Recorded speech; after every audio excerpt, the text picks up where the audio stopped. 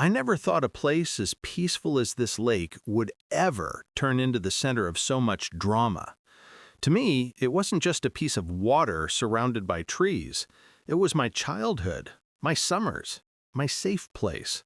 I grew up here, fishing with my dad off the old wooden dock, roasting marshmallows with my mom by the fire pit, and later sneaking out as a teenager to watch the stars reflected on the calm water. This lake was part of my blood, my history, my family's legacy. So when I finally inherited the property from my parents last year, I promised myself I'd take care of it.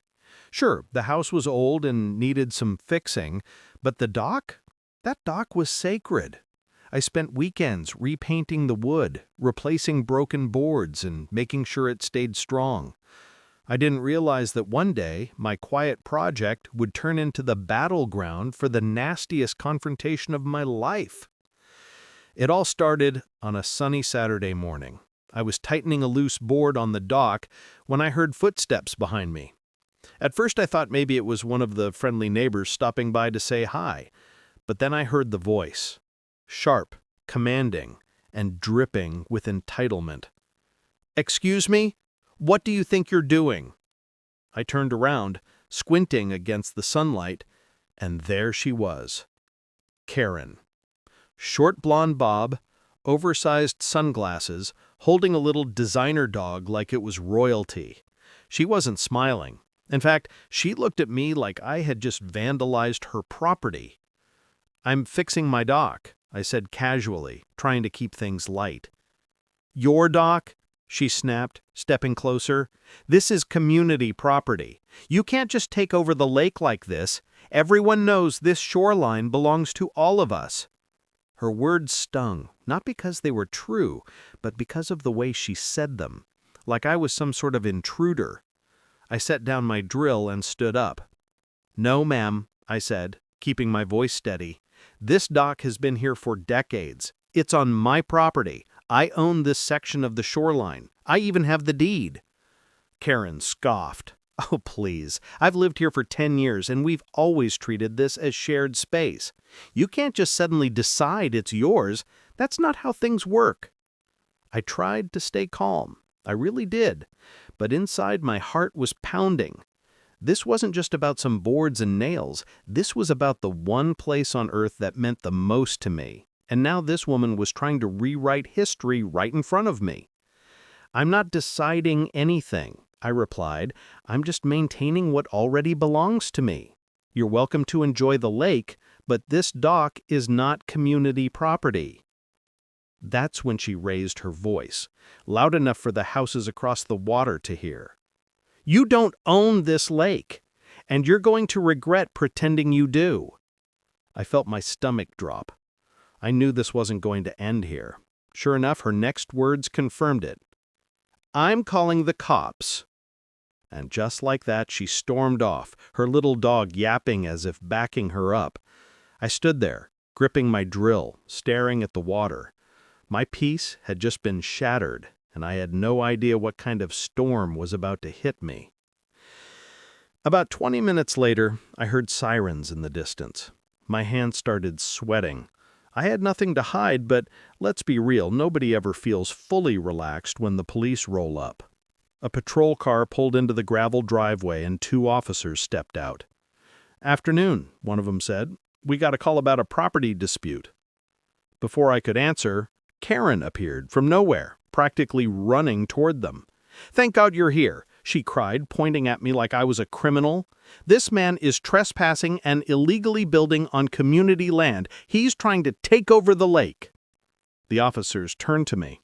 "Sir, can we hear your side of the story?" I swallowed hard, trying to keep my voice calm. "Officers, I'm not trespassing. This is my property. This dock belongs to my family. I have the deed inside the house if you'd like to see it." Karen interrupted, waving her hands dramatically. "Don't believe him. He's lying. Everyone here knows this lake is for the whole neighborhood. He's just trying to bully his way into controlling it." The officers glanced at each other, then back at me. "All right, sir, if you could show us the paperwork, that would help clear this up." At that moment, my chest felt like it was going to explode. Not from fear, but from the weight of all the memories tied to that piece of paper. My dad had always said, "Take care of the deed, and the land will always take care of you." He was right. So, of course, I said, heading toward the house. My hands shook as I opened the old wooden drawer in the living room where I kept the important documents. I pulled out the folder, flipped through the pages, and there it was, the official deed, signed and sealed, showing my family's ownership of the shoreline and dock.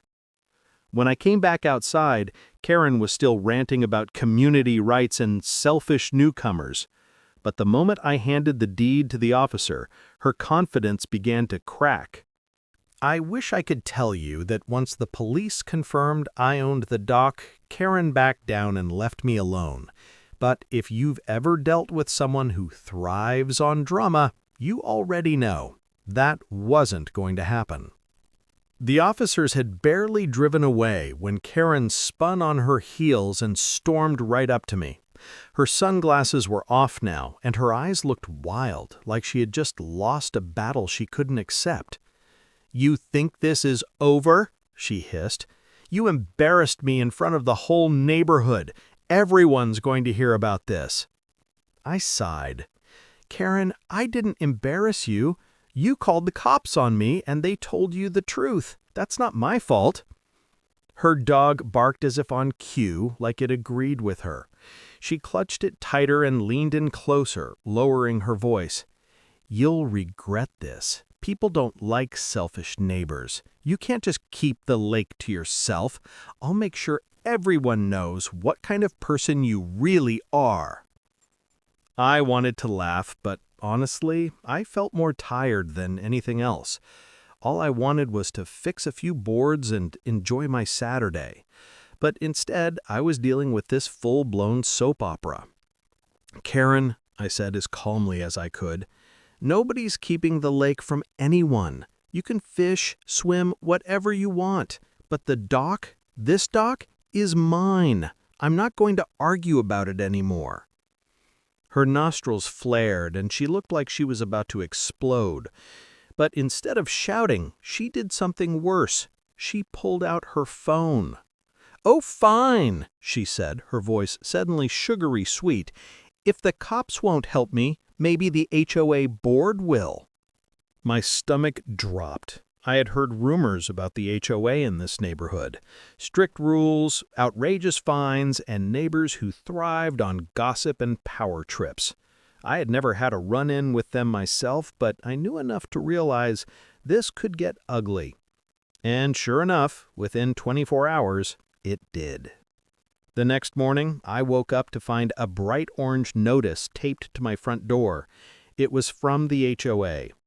"You are in violation of community guidelines. Unauthorized structures on shared lake property must be removed immediately.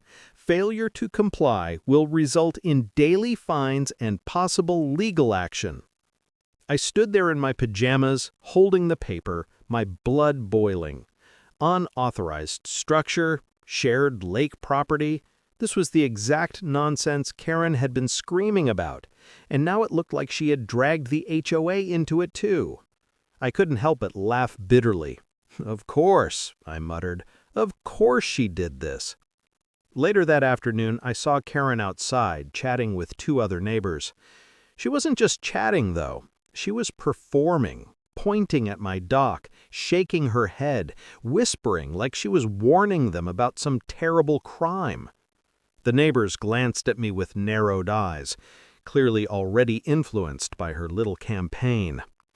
I walked over, deciding I wasn't going to let rumors do the talking. "Hey," I said evenly, "just so you know, I own this dock. I showed the deed to the police yesterday. There's no violation here." She cut me off, plastering on a fake smile for the neighbors. "Oh, don't listen to him. He's just trying to twist things. The board will take care of it. You'll see."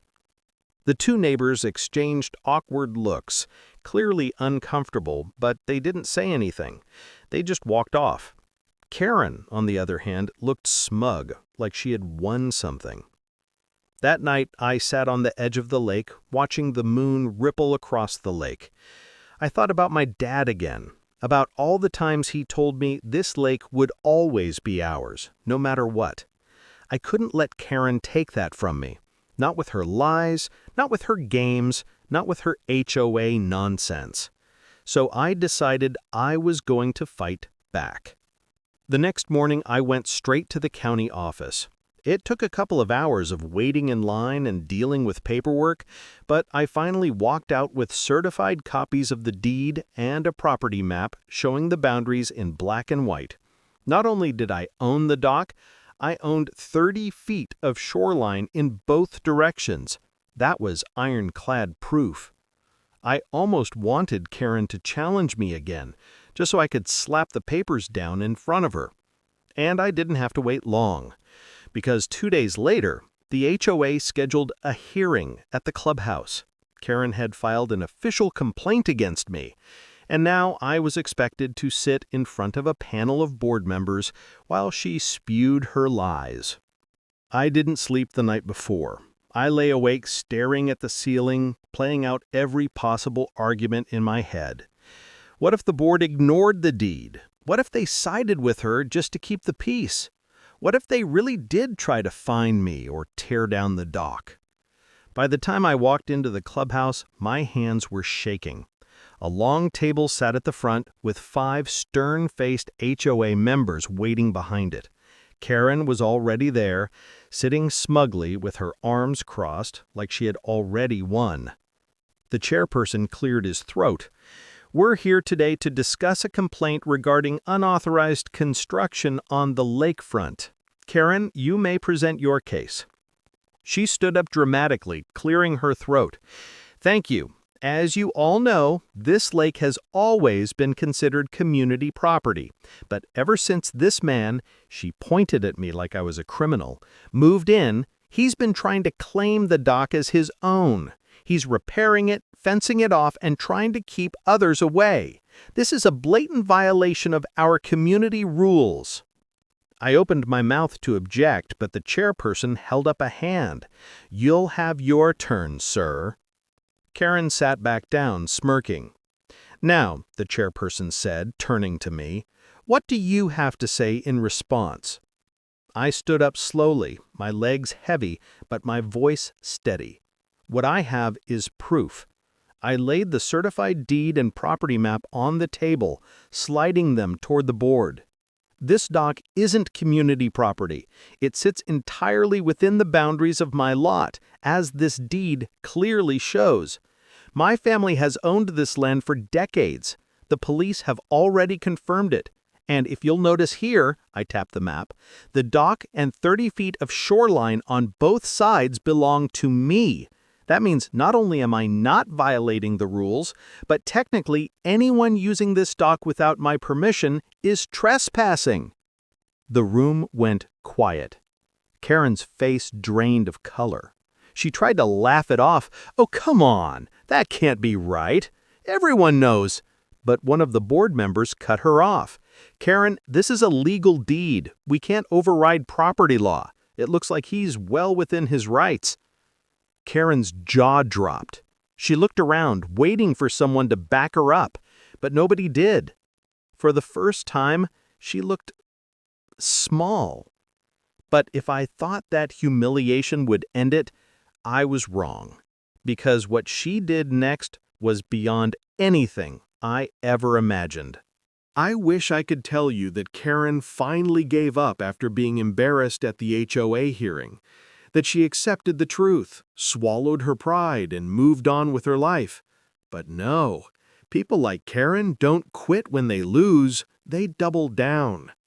And within a week, I realized she was just getting started. It began with little things. My garbage can mysteriously got knocked over 2 nights in a row. Mail went missing from my box. One morning, I even found a bag of dog poop tossed on my porch. Childish, petty stuff. I had no proof it was her, but deep down, I knew. Then came the whisper campaign. Suddenly, neighbors who used to wave at me started giving me cold stares. I overheard two women at the corner store talking about how selfish I was for hogging the lake. Karen was poisoning the well, painting me as some greedy newcomer who didn't care about community traditions. I tried to ignore it. I tried to remind myself that facts were on my side, that the deed couldn't be argued with, but it's hard to ignore when every trip outside your house feels like walking through enemy territory. And then came the day that changed everything. It was a warm Saturday afternoon, the kind of day perfect for fishing. I grabbed my old tackle box and headed down to the dock, hoping to clear my head. The sun was sparkling off the water, the breeze gentle. For the first time in weeks, I felt like maybe I could finally relax. But when I turned the corner and saw the dock, my heart nearly stopped. It was trashed. Boards ripped up, nails scattered everywhere, one side dangling dangerously into the water. Someone had taken a crowbar or something like it and deliberately destroyed the dock I had spent months repairing. I dropped my tackle box and just stood there, frozen. My chest felt like it was caving in. That dock wasn't just wood and nails, it was my childhood, my dad, my memories. And now it looked like a war zone. "You did this!" The voice came from behind me. I spun around, and there she was. Karen, standing on the path with her dog, glaring at me like I was the villain. "What?" I asked, my voice breaking. "Are you serious? You think I destroyed my own dock?" She smirked. "Don't play dumb. You knew the board wouldn't let you keep it, so you tore it down yourself for sympathy. Pathetic." I could barely speak. My fists were clenched so tight my nails dug into my palms. "Karen," I said slowly, "you need to be very careful about what you're accusing me of, because this is vandalism, and I will call the police." For the first time, I saw her face falter, just for a second. But then she doubled down again. "Go ahead, call them. Let's see what they say when they find out the truth." Her dog yapped furiously as if backing up her lies, and that's when I knew I couldn't let this slide. I called the police right there on the spot. My voice was shaking as I explained what happened. Within 20 minutes, the same officers from before arrived. They took one look at the dock and immediately knew it wasn't some accident. "This was deliberate," one of them said. "Somebody went at this with tools." Karen put on her performance again, clutching her dog and gasping like a victim. "It was him! He's trying to frame me!" The officer raised an eyebrow. "Ma'am, why would he destroy his own property? He has the deed. This dock is his." Karen's face turned red. She stammered, then crossed her arms, refusing to answer. Meanwhile, the other officer took my statement. I told him everything, how Karen had been harassing me, spreading lies, and now, conveniently, my dock had been vandalized. "Do you have any cameras on the property?" he asked. I shook my head, cursing myself. I had meant to install some, but I never thought I'd need them here. "Well," he said, "I'd recommend setting some up. Whoever did this might come back." They filed a report, but I could tell, without evidence, their hands were tied. Karen smirked as they left, like she had gotten away with it. But inside, I wasn't defeated. I was furious. And sometimes, anger gives you clarity. That night, I drove to the hardware store and bought the best security cameras money could buy. Motion sensors, night vision, cloud storage, the works. By midnight, my property was covered from every angle. And it's a good thing I did, because just 3 nights later, at 2:17 a.m., my phone buzzed with an alert, motion detected near the dock. I opened the live feed, and my blood ran cold. There, on the screen, was Karen, flashlight in one hand, crowbar in the other, creeping down towards the dock. I couldn't believe what I was seeing. She was caught red-handed. And I knew right then her little reign of terror was about to end. I don't think I've ever felt a rush of emotions quite like that night. Watching my phone screen at 2:17 a.m., seeing Karen sneaking across my yard with a crowbar like some cartoon villain, I was equal parts furious, vindicated, and, honestly, a little scared. Because it's one thing to scream at me in broad daylight. It's another to trespass in the middle of the night with a weapon in hand. I grabbed my keys, but then I froze. What was I going to do? Confront her in the dark, alone, while she held a crowbar? No, that was stupid. I forced myself to breathe, dialed 911, and told them exactly what was happening. Within minutes, flashing red and blue lights lit up the street. Karen didn't even have time to run. The officers caught her halfway down the dock, frozen in the glare of their flashlights, crowbar still in hand. "Ma'am, drop the tool," one of them shouted. Karen spun around, her face pale, her voice shrill. "This isn't what it looks like. I was just checking the dock for safety issues. Yeah, that's it." The officer raised an eyebrow. "At 2 in the morning? With a crowbar?" Karen stammered. I couldn't sleep. I was just trying to help." They didn't buy it. And honestly, neither did anyone else, because by now, neighbors were coming out of their houses, drawn by the sirens. Porch lights flicked on one by one, faces peering out through windows. And there I was, standing on my porch, in my pajamas, holding my phone like the smoking gun it was. "Officers," I said loudly enough for everyone to hear, "I have her on video. Motion-activated cameras. She's been caught red-handed." I played the footage right there in front of them, the grainy black and white clip of Karen creeping across my lawn with crowbar in hand, flashlight darting back and forth. Gasps rippled through the small crowd that had gathered. Karen's face crumpled. That's not me. That could be anyone." One of the neighbors called out, "Karen, we all recognize your dog. It's in the video, too." Sure enough, her little designer dog was right there in the footage, trotting alongside her like an accomplice. Karen tried to speak again, but her voice cracked. The officers moved in, handcuffs glinting under the streetlights. "Ma'am, you're under arrest for trespassing and attempted property damage," one of them said firmly. The sight of Karen being cuffed on the dock she claimed was hers, while the whole neighborhood watched, was almost surreal. She screamed and kicked, demanding they let her go, claiming it was all a setup.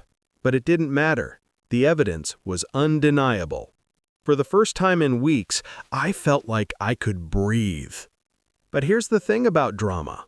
Even when you think it's over, it isn't. The next morning, I walked outside to find a small crowd of neighbors gathered at the edge of my driveway. They weren't angry anymore. If anything, they looked embarrassed. One older man spoke up first. "Hey, we just wanted to say, we're sorry. Karen told us a lot of things about you. We believed her." Another neighbor chimed in.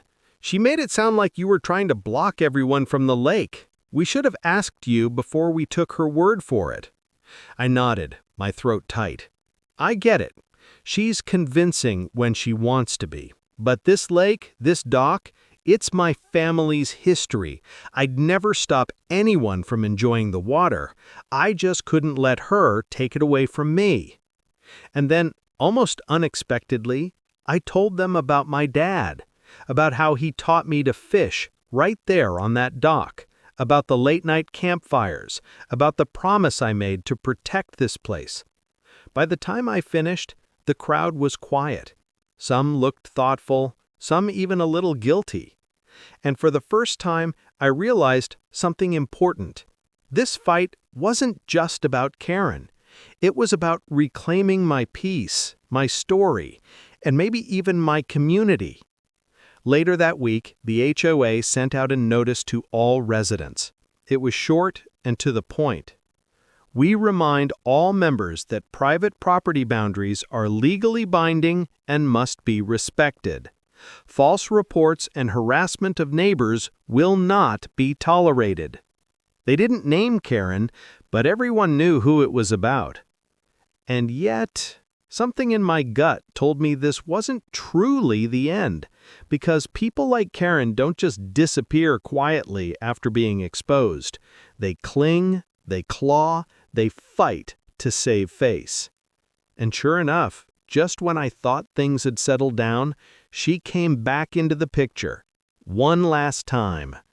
And what happened next shocked me more than anything before. For a brief moment, life by the lake felt normal again. Karen was facing charges, the HOA had finally backed off, and the neighbors were starting to warm up to me. I even rebuilt part of the dock, board by board, like I was stitching my memories back together. But you know how they say the calmest water hides the deepest storms? That was exactly what this felt like. Deep down, I knew Karen wasn't finished, and I was right. It started with a letter. A thick envelope slipped under my door late one evening. Inside was a legal notice. Karen was suing me. Not just for harassment and defamation, but she was also claiming the dock lowered her property value and caused her emotional distress. I sat at my kitchen table, letter in hand, and actually laughed out loud. Emotional distress? She had broken my dock. She had been arrested on my property, and now she was trying to drag me into court like I was the villain? At first, I thought maybe it was just a bluff, something to scare me into backing down. But a week later, I received the official summons. This was real. The day of the hearing, I walked into the county courthouse with my stomach in knots. Karen was already there, dressed like she was going to a funeral. Black dress, pearls, fake tears ready to go. Her lawyer sat beside her, flipping through a stack of papers. I didn't have a lawyer. I couldn't afford one at the time. All I had was my folder, the deed, the property map, the police report, and the security footage. Facts. Hard facts. When the judge entered, Karen wasted no time turning on the waterworks. "Your Honor, this man has made my life unbearable. He's threatened me. He's destroyed the sense of community we once had, and he's building illegally on shared property. I can't even walk past my own home without feeling unsafe. I've lost sleep, I've lost peace, I've lost everything." I wanted to roll my eyes, but I kept my face calm. The judge listened patiently, then turned to me. "Sir, your response." I stood, my knees shaking, but my voice steady. "Your Honor, none of what she just said is true. I own this dock, and I can prove it." I laid the deed and map on the table. Then I handed over the police report confirming she had been arrested for trespassing and attempted vandalism. Finally, I played the security footage on a tablet, the whole courtroom silent as Karen's crowbar-wielding midnight visit played out in black and white. When the clip ended, you could hear a pin drop. Karen's face was red, her hands shaking. That's not me," she blurted out. "He doctored the footage. He's framing me." The judge leaned forward, unimpressed. "Ma'am, your dog is clearly visible in this video. Are you suggesting the defendant digitally altered your dog into this footage as well?" Karen's mouth opened, then closed. She had no answer. I'll never forget what the judge said next. "This case is dismissed. Not only has the defendant provided overwhelming evidence of ownership, but the plaintiff has a documented history of harassment. Ma'am, I strongly advise you to reconsider your actions moving forward. Court is adjourned." The gavel came down, and just like that, it was over. Or at least, legally, it was. But as I walked out of that courthouse, I caught one last look at Karen. She wasn't crying anymore. She wasn't shouting. She was just staring at me, her jaw tight, her eyes filled with something I couldn't quite place. Hatred? Shame? Maybe both. And for the first time, I realized maybe this fight was never about the dock. Maybe it was about control, power, pride, things she couldn't stand to lose. But either way, I had won. A few days after court, I finally felt like I could breathe again. For the first time in months, I walked down to the dock without looking over my shoulder. The boards creaked under my feet, the water shimmered with that familiar golden glow from the setting sun, and for a moment it felt like I had my lake back. But peace has a way of testing you, and that test came sooner than I expected. It was a quiet evening when I heard a knock at my door. I opened it and froze. There was Karen. No pearls this time, no sunglasses, no dog. Just her, eyes swollen, face pale, looking smaller than I'd ever seen her. I didn't say a word. I just stood there, waiting. She took a shaky breath. I'm moving," she said. I blanked, not sure I heard her right. The board is done with me, the neighbors won't talk to me, and after the court thing, well, I can't stay here anymore. Her voice cracked. But before I go, I wanted you to know I never hated you. I just hated what you reminded me of. I frowned. And what's that supposed to mean? She looked past me, toward the lake shimmering through the trees. My dad used to take me fishing when I was little. We'd sit on a dock, just like yours. He's gone now. When I saw you fixing that dock, laughing with friends out there, it reminded me of everything I'd lost, and I couldn't stand it. For a second, I didn't know what to say. This woman had made my life hell, dragged me through lies, cops, HOA drama, even court, and now here she was, cracking open the truth I never expected. I finally said, "Karen, you could have just told me that instead of all this." Her lips trembled. "I know, I let my pride get in the way. I'm sorry." And just like that, she turned and walked away. No screaming, no threats, just silence. That weekend, a moving truck pulled into her driveway. By Monday morning, she was gone. The neighborhood felt lighter after that, like the storm clouds had finally passed. People who had once given me the cold shoulder started stopping by. One neighbor even brought over a pie, joking that it was a peace offering for believing the wrong person. Slowly, things settled. But the real closure came one evening when I sat alone at the end of the dock. The boards were smooth under my hands, the water calm, the stars bright overhead. And I thought about my dad again, his rough hands guiding mine as we tied a fishing line, his voice saying, "Take care of the deed, and the land will always take care of you." He was right. This lake, this dock, this peace, it wasn't just property. It was memory. It was legacy. And no matter how hard Karen tried, she couldn't take that away. So when people ask me what happened with the lady who called the cops, I just smile and tell them the truth. She called the cops, she called the HOA, she even called a judge. But in the end, she learned something, the hard way. I look out across the water, the ripples catching the last rays of the sun. This lake, this dock, it's mine, and always will be.